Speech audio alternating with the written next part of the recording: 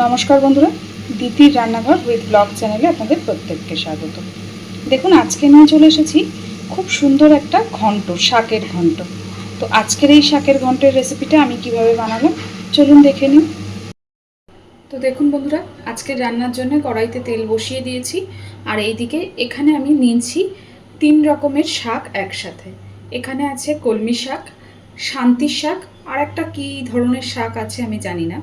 তবে এটুকু বলতে পারি, আপনাদের কাছে যে যে শাক অ্যাভেলেবেল থাকবে অন্তত 2 থেকে 3 রকমের শাক একসাথে মিলিয়ে এই রান্নাটা করবেন, তবেই কিন্তু এই রান্নার অ্যাকচুয়াল টেস্টটা আপনারা পাবেন। তো তেল সুন্দরভাবে আগে গরম করে নেব। তেল গরম হয়ে গেছে ভালো মতো। প্রথমেই ফোড়নে দিচ্ছি একটা শুকনো লঙ্কা, দিচ্ছি খানিকটা রসুন কুচি।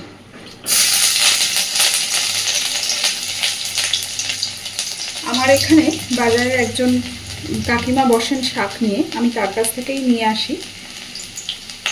এবার দিয়ে দিচ্ছি পেঁয়াজ কুচি আর চেরা কাঁচা লঙ্কা।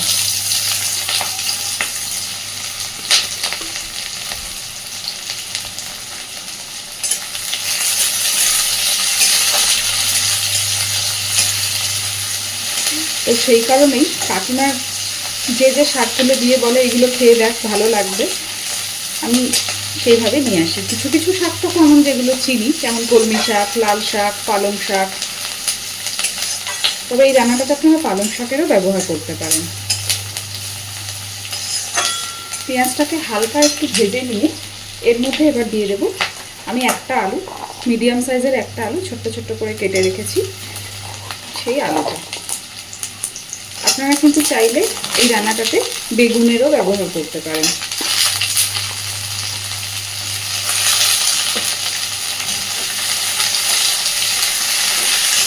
আলু আর পেঁয়াজটাকে রসুন লঙ্কা সব কিছুই একটু সুন্দর করে আগে ভেজে নেব। তো এই পর্যায়েতেই আমি লবণটাও দিয়ে দেবো, তাতে করে সব কিছু তাড়াতাড়ি নরম হয়ে যাবে, তাড়াতাড়ি ভাজা হয়ে যাবে। আমি এখানে একেবারে শাকের পরিমাণ অনুযায়ী লবণটা দিচ্ছি, তবে শাক কিন্তু মজে কমে যায়, সেটাও মাথায় রাখতে হবে।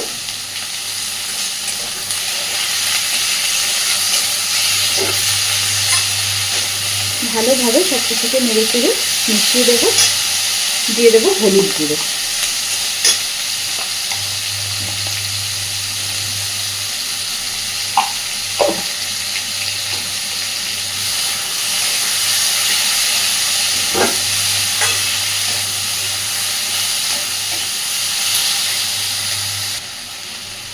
বেশ সুন্দর করে আলু পেঁয়াজটা ভেজে নিয়েছি। এইবার এর মধ্যে দিয়ে দিচ্ছি খানিকটা চিংড়ি মাছ।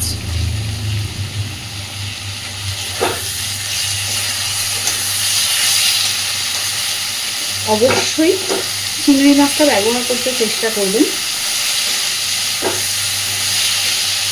চিংড়ি মাছটা দিয়েও সব কিছুকে সুন্দরভাবে ভেজে নেব।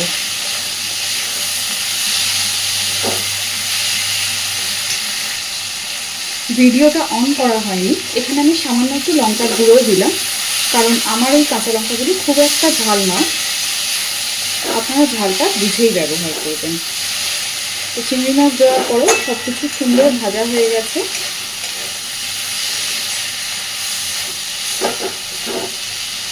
এইবার আমি এর মধ্যে দিয়ে দিচ্ছি শাক।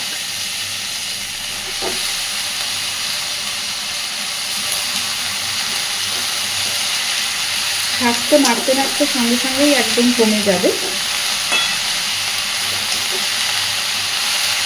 খুব ভালোভাবে সব কিছুকে এবার মিশিয়ে দেব।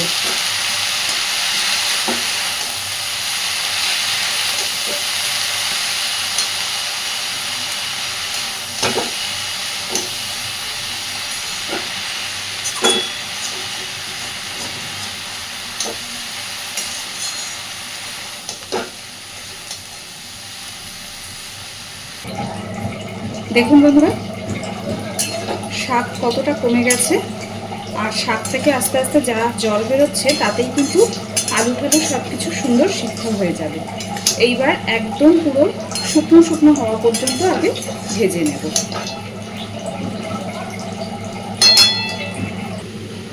দেখুন একদম জল শুকিয়ে গেছে আর সব কিছু সুন্দর ভাজাও হয়ে গেছে। কড়াইতে নিচের দিকে এইভাবে লেগে লেগেও যাচ্ছে, তাতেই বুঝতে পারছেন নিশ্চয়ই দেখে যে জল কিন্তু এতে আর একদমই নেই। এইবার আমি সব কিছুকে ভালোভাবে একটু নাড়াচাড়া করে গ্যাসের ফ্লেমটাকে অফ করে দেব। আর আমি আপনাদেরকে অনুরোধ করব, নর্মালি বাড়িতে শাক ভাজা বা যে কোনো এক রকমের শাক দিয়ে অনেক রকম রান্নাই তো আমরা বাড়িতে বানাই, কিন্তু 2-3 রকম শাক এইভাবে একসাথে করে একবার এইভাবে ঘন্ট বানিয়ে খেয়ে দেখবেন, গরম ভাতে কিন্তু খেতে ভীষণ ভালো লাগে। তো আজকের আমার এই খুব সিম্পল রান্নাটা আপনাদের কেমন লাগলো অবশ্যই আমাকে জানাবেন, আর এইভাবে বাড়িতে বানিয়ে দেখবেন, কথা দিচ্ছি খেতে খুব ভালো লাগবে। আর প্লিজ আমার চ্যানেলটাকে লাইক, শেয়ার এবং সাবস্ক্রাইব করে আমার পাশে থাকবেন। এতক্ষণ আমার সাথে থাকার জন্য অসংখ্য ধন্যবাদ।